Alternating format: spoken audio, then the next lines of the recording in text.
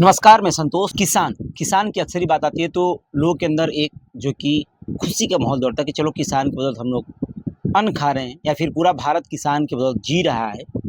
लेकिन आज के समय में जो भी किसान हैं या फिर बड़े-बड़े काश्तकार लोग हैं, जो बड़े-बड़े खेती करने वाले लोग हैं, वो मशीनीकरण आने की वजह से खेतों को तो मशीन से जैसे धान हो गया, गेहूँ वगैरह हो गया, उसको कटवा देते हैं।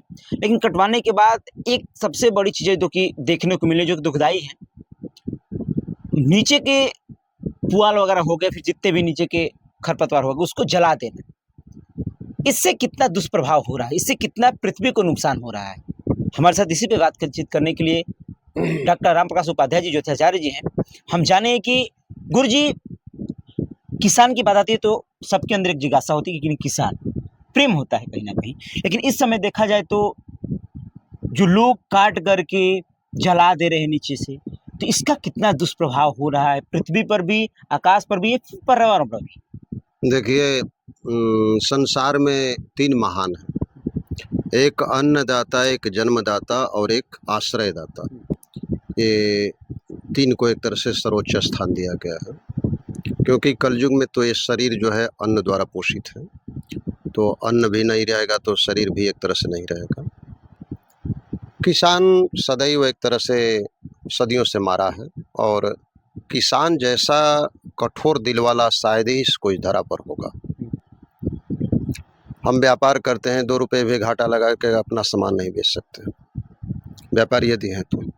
लेकिन किसान अपना सारा पूँजी लगा करके मेहनत करके खेती करता है, और प्रकृति की जब मार पड़ती है उसके ऊपर, सूखा या बाढ़ या कोई दैवीय आपदा, ओलावृष्टि वगैरह होती है, तो सारी फसलें उसकी नष्ट हो जाती हैं और उफ़ करके रह जाता है, और फिर कभी निराश नहीं होता है। मुस्कान चेहरे पे ऐसे ही दिखती हाँ, है। चेहरे पर मुस्कान वैसे ही दिखती ही है, और फिर उसी तन मन धन से अपना फिर कहीं से भी ऋण लेकर के किसी तरह से फिर खेती प्रारंभ कर देता है।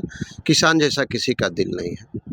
लेकिन आपका जो प्रश्न है वह भी माने जायज़ है कि वर्तमान में जो परिस्थितियाँ खड़ी हो चुकी हैं, वह हमारे लिए, समाज के लिए, राष्ट्र के लिए, पर्यावरण के लिए माने अच्छी नहीं कही जाएगी।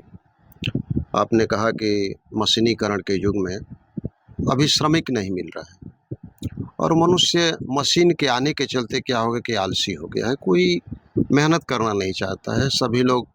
और मनुष्य मशीन के आने के चलते क्या हो गया कि आलसी हो गया है, कोई मेहनत करना नहीं चाहता है, सभी लोग मशीन के एक तरह से दास बन गए।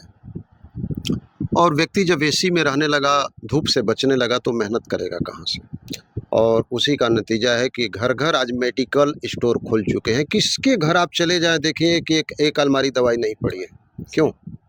आज आराम तलब हम हो गए हैं। और दूसरी बात ये है कि विशेष करके जो धड़ल्ले से फसलों में जो जहरीली दवाइयाँ एक तरह से फेंकी जा रही हैं, या रासायनिक उर्वरकों का जो प्रयोग हो रहा है, ये हमारे लिए घातक है। तमाम तरह की बीमारियाँ हो रही हैं। लेकिन अपने मूल विषय पर हम लोग आ जाएँगे।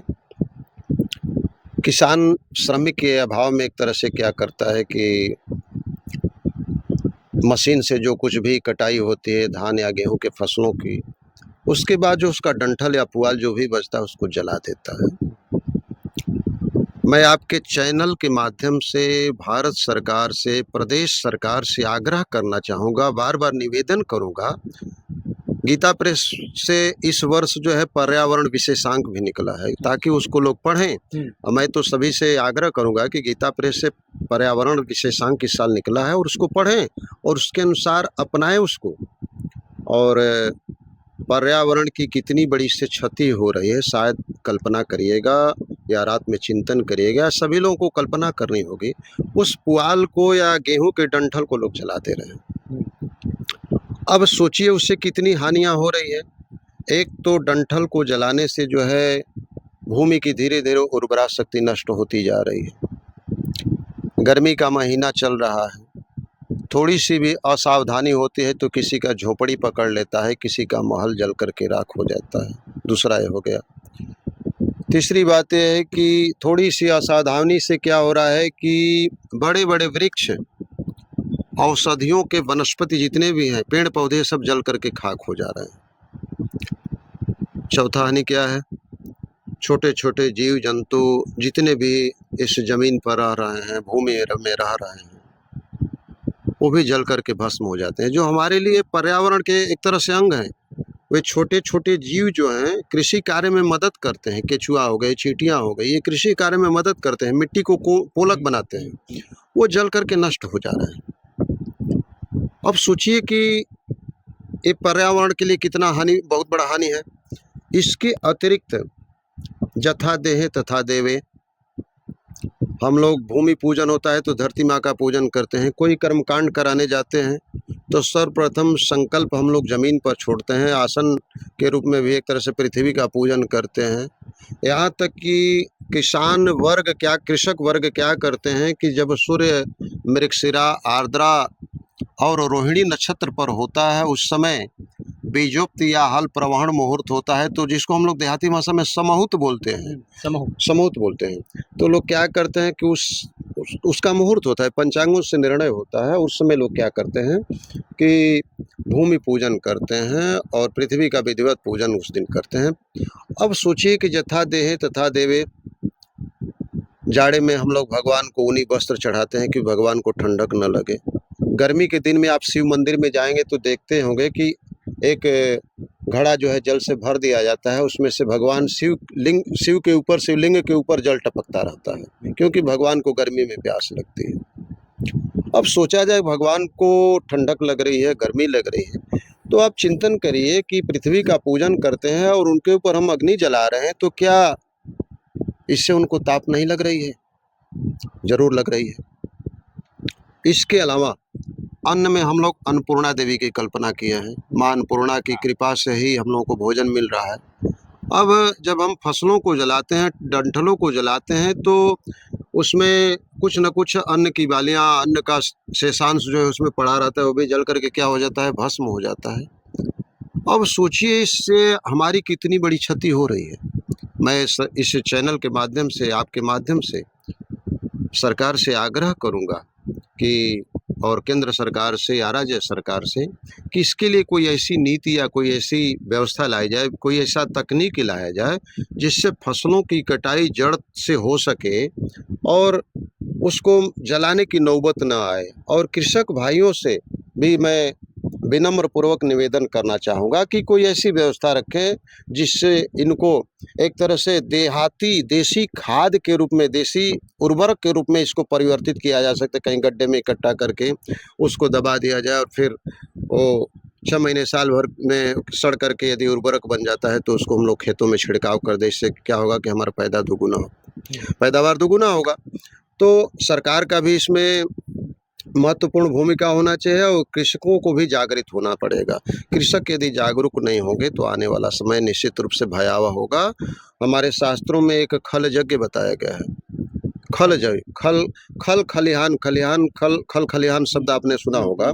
उसमें क्या होता था, मुझे ख्याल है कि हम लोग जब बचपन में थे, छोटे छोटे थे, तो हमारे गांव के जजमान लोग जब कोई भी फसल तैयार हो जाती थी, खलिहान में अनाज की ढेरी जब रखी जाती थी, उस पर एक गोबर का इतना बड़ा बढ़ावन रखा जाता था और उसमें से पहले ब्राह्मण को बुला करके कुछ अन्न दान किया जाता था, कुछ मंदिर में दान किया जाता है। क्यों किया जाता था?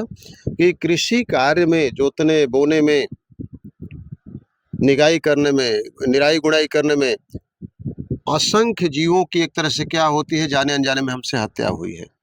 तो उसके प्रायश्चित के लिए, उस पाप से बचने के लिए देवताओं को, ब्राह्मणों को दान किया जाता था। अब सोचिए वो जाने अनजाने में पाप से बचने के लिए दान किया जाता था, और आज तो जानबूझ करके हम जाकर के माचिस लगा करके कितने असंख्य जीवों को एक तरह से क्या करते हैं, मौत के घाट पहुंचा देते हैं। और पर्यावरण की कितनी बड़ी क्षति हो रही है। यही नहीं, तापमान इतना बढ़ जा रहा है। जहाँ ये अग्नि लगाई जा रहे हैं, सिवान के सिवान जलाए जा रहे हैं, वहाँ के तापमान को आप जा करके देख लिए, आप वहाँ से गुजर नहीं सकते हैं। सोचिए कितनी बड़ी एक तरह से क्षति हो रही है। तो आपके चैनल के माध्यम से मैं सरकार से बार बार आग्रह करूँगा, किसानों से आग्रह करूँगा कि इस पर ध्यान दें और इस पर एक तरह से विचार करें और इसके लिए सभा का आयोजन हो, गोष्ठी का आयोजन है, अपने अपने गांव में सब मिल करके बैठ करके इस पर चर्चा करें, परिचर्चा करें कि इसके लिए क्या हम लोग हल निकालें, और सरकार भी इस पर कोई कदम उठाए, ज़रूरत पड़े तो इस पर सख्ती भी बरते, ज़रूरत पड़े तो सुविधा भी मुहैया कराएं। इस तरह से क्या होगा कि आने वाली विपदाओं से हम बच सकते हैं। जैसे कि लगातार हम लोग देख रहे हैं कि खेतों में जैसे जलाया जा रहा है पुआल, इससे बहुत सारे नुकसान तो है ही। उर्वरक खत्म हो जा रहा है, जिसकी वजह से हम लोग खाद जो बनते हैं वो खत्म हो जा रहे हैं, मिट्टी की जो उर्वरकता होती है वो खत्म हो जा रही है। इसके बदौलत हम लोग जो कि खाद का प्रयोग कर रहे हैं, कीटनाशक दवाइयों का प्रयोग कर रहे हैं, बहुत सारी चीज़ों को फसल को अच्छे बनाने के लिए। तो सबसे पहले तो हम लोग नुकसान खुद ही कर दे रहे हैं अपना, उसके बाद हम लोग खाद का प्रयोग कर रहे हैं फसल को अच्छी करने के लिए। तो कहीं न कहीं इस पे विचार करना चाहिए और ध्यान देना चाहिए कि फसल को जला ना करके उसको दूसरा निवारण निकाला जाए, ताकि जले भी ना और चीज़ें सही भी हो जाएँ।